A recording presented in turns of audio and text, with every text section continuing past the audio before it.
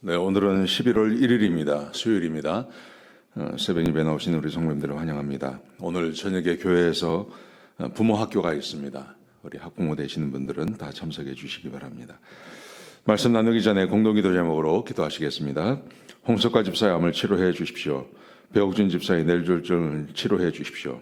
언어가 회복되고 오른쪽 팔다리에 힘이 생겨나도록 해 주십시오. 과간나 집사를 치료해 주십시오. 권하다 집사가 다시 걷도록 해 주십시오. 이승학 성도의 뇌종양 치료가 잘 되게 해 주십시오. 권현민 형제를 치료해 주십시오.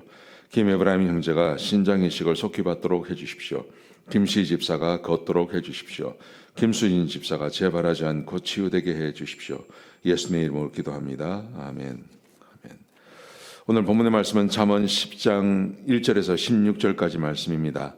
의인은 이런 사람입니다 하는 주제로 하나님 말씀을 함께 나누시겠습니다. 오늘 본문의 말씀에 보시면 의인과 악인에 대한 말씀이 나옵니다. 의인은 이런 사람이다. 의인은 이런 사람이다. 또 악인은 이런 사람이다. 이런 사람이다. 이게 쭉 나옵니다. 그런데 우리가 악인에 대해서는 그렇게 공부할 필요가 없습니다. 악인이라는 것은 우리가 이미 다 알고 있기 때문에 그렇습니다. 어떤 특징을 가지고 있고 어떤 삶을 살고 또 무엇을 하며 어떻게 살아가는지 우리는 악인에 대해서는 분명히 알고 있습니다. 그런데 의인은 우리가 의외로 잘 모릅니다. 왜냐하면 우리 하나님께서는 우리가 불의함에도 불구하고 죄가 있음에도 불구하고 우리를 의롭다고 해주셨습니다. 그래서 실제로 모든 그리스도인들은 하나님 앞에 의로운 사람들입니다. 하나님께서 우리를 의롭다고 보시기 때문에 그렇습니다.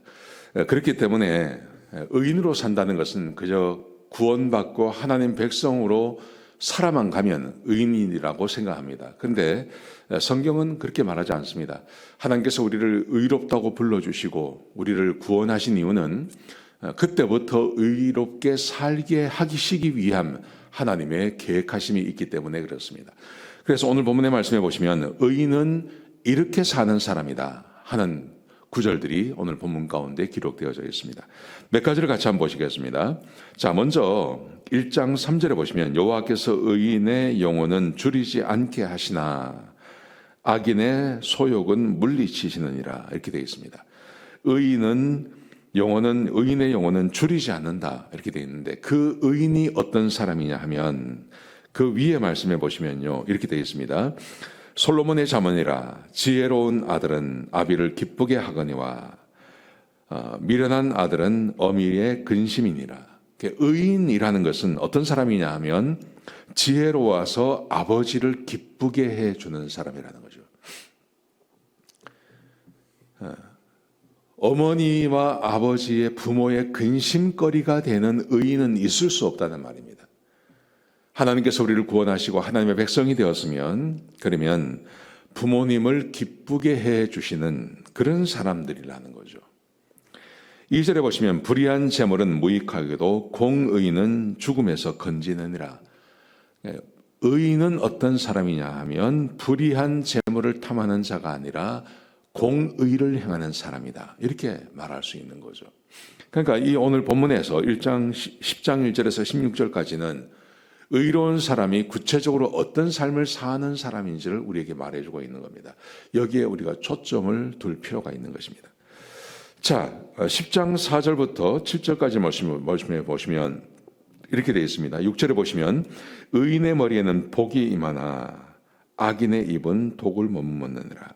7절 의인을 기념할 때에는 칭찬하거니와 악인의 이름은 썩게 되느니라. 의인, 복이 임한다. 의인을 기념할 때는 칭찬이 있다. 도대체 이 복이 있는 이 의인은 구체적으로 어떤 삶을 사는 것일까요? 자, 10장 4절 5절 10장 4절 5절에 보시면 손이 부지런한 자는 부하게 되고 여름에 거두는 자는 지혜로운 아들이다.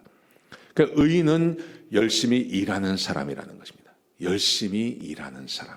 이 사람이 의인이라는 것입니다. 여러분 지금 그 이스라엘이 하마스하고 전쟁을 하고 있습니다.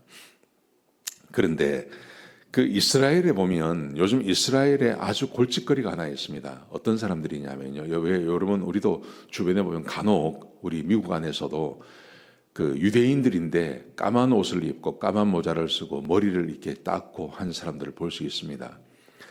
그 사람들을 부르는 이름이 있는데 제가 지금 그 이름은 생각이 나지 않습니다. 근데 그 사람들은 누구냐 하면 아무것도 하지 않고 오로지 토라만 연구하고 사는 사람들입니다. 근데 이 사람들은요, 희한한 것은 일을 하지 않습니다.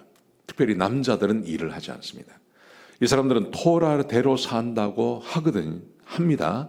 그런데 중요한 것은 일을 하지 않습니다. 그래서 이 사람들을 먹여 살리기 위해서 이 이스라엘 정부가 상당히 많은 돈을 투자해야 됩니다. 거기다 이 사람들은 세금도 내지 않고 군대도 가지 않습니다. 그 숫자가 100만이 넘어갑니다. 120만 이렇게 되거든요, 지금. 그런데 일도 하지 않고 세금도 내지 않고 군대도 가지 않고 오로지 하는 일하고는 토라를 연구한다고 해요. 토라만 연구하고 토라대로 살려고 애쓴다 그런답니다. 그런데 일하지 않습니다. 근데 오늘 본문에 보십시오. 토라를 연구한다고 하면 토라는 구약 성경에서 나온 것입니다. 근데 성경이 뭐라고 이야기합니까? 손이 부지런한 자는 부하게 되고 여름에 거두는 자는 지혜로운 아들이나 추수 때에 자는 자는 부끄러움을 끼치는 아들이다. 일하지 않는 자는 부끄러운 아들이라는 거죠. 그러므로 의로운 사람은 어떤 사람이냐 하면 의로운 사람은 열심히 일하는 사람이라는 것입니다. 자, 10장 8절에서 11절까지 말씀해 보시면 이렇게 되어 있습니다. 의인의 입은 생명의 샘이다. 의인의 입은 생명이다. 의인을 이야기하죠. 그러면서 그 앞에 보시면 8절에 보시면 마음이 지혜로운 자는 계명을 받거니와 바른 길로 행하는 자는 걸음이 평안하거니와 눈짓하는 자는 근심을 끼친다. 이렇게 되어 있습니다. 의로운 사람은 어떤 사람입니까? 마음이 지혜롭고 그리고 바른 길을 가는 사람이라는 거죠. 바른 길을 가는 사람. 의로운 사람은 게으른 사람이 아닙니다. 의로운 사람은 지혜로운 아들입니다. 의로운 사람은 열심히 일하는 사람입니다. 의로운 사람은 바른 길을 가는 사람입니다. 잘못된 길로 가지 아니하는 사람이 의로운 사람입니다. 그 다음에 잠언 10장 12절부터 16절까지 말씀해 보시면 이렇게 되어 있습니다. 의인의 수고는 생명에 이른다. 이렇게 말씀하시면서요. 지혜로운 자는 지식을 간직하고 그리고 명철한 자는 입술에는 지혜가 있다. 사랑은 모든 허물을 덮는다. 이렇게 말합니다. 여러분, 그러므로 의로운 사람이라는 것은 명목상의 의로운 사람만을 말하지 않습니다. 이 사람은 실제로 삶에 뭔가를 드러내는 사람입니다. 어떤 사람들이냐면 제가 금방 말씀드린 대로 지혜로운 사람은 지혜로운 아들입니다. 부모에게 근심거리가 되지 않는 그런 아들입니다. 그런 사람입니다. 그리고 열심히 일하는 사람입니다. 열심히 일을 합니다. 그리고 바른 길을 가는 사람입니다. 바른 길을 가는 사람. 이 사람이 의로운 사람이라는 거죠.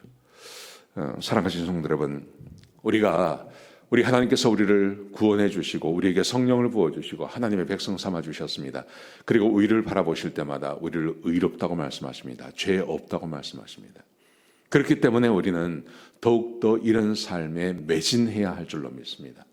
우리 하나님께서 우리를 의롭게 보셨기 때문에 우리가 의로운 삶을 살 수 있습니다. 그리고 의로운 삶을 삶으로 하나님께 칭찬받고 하나님께서 복을 주시는 삶을 살 수 있는 것입니다. 오늘 하루 이 말씀 기억하시고 의롭게 또 삶에서 의를 드러내시는 그런 귀한 삶 되시기를 주의 이름으로 축복합니다. 기도하시겠습니다. 아버지 하나님, 귀한 말씀 주셔서 감사합니다. 하나님, 우리가 부름받은 대로 의로운 삶 살게 하시고 그리고 공의로운 삶 살게 하시고 하나님께서 우리에게 의롭다 하신 대로 그렇게 의롭게 살아내는 하나님의 백성들이 되게 축복하여 주시옵소서. 주님 감사합니다. 예수님의 귀하신 이름으로 간절히 기도드렸습니다. 아멘.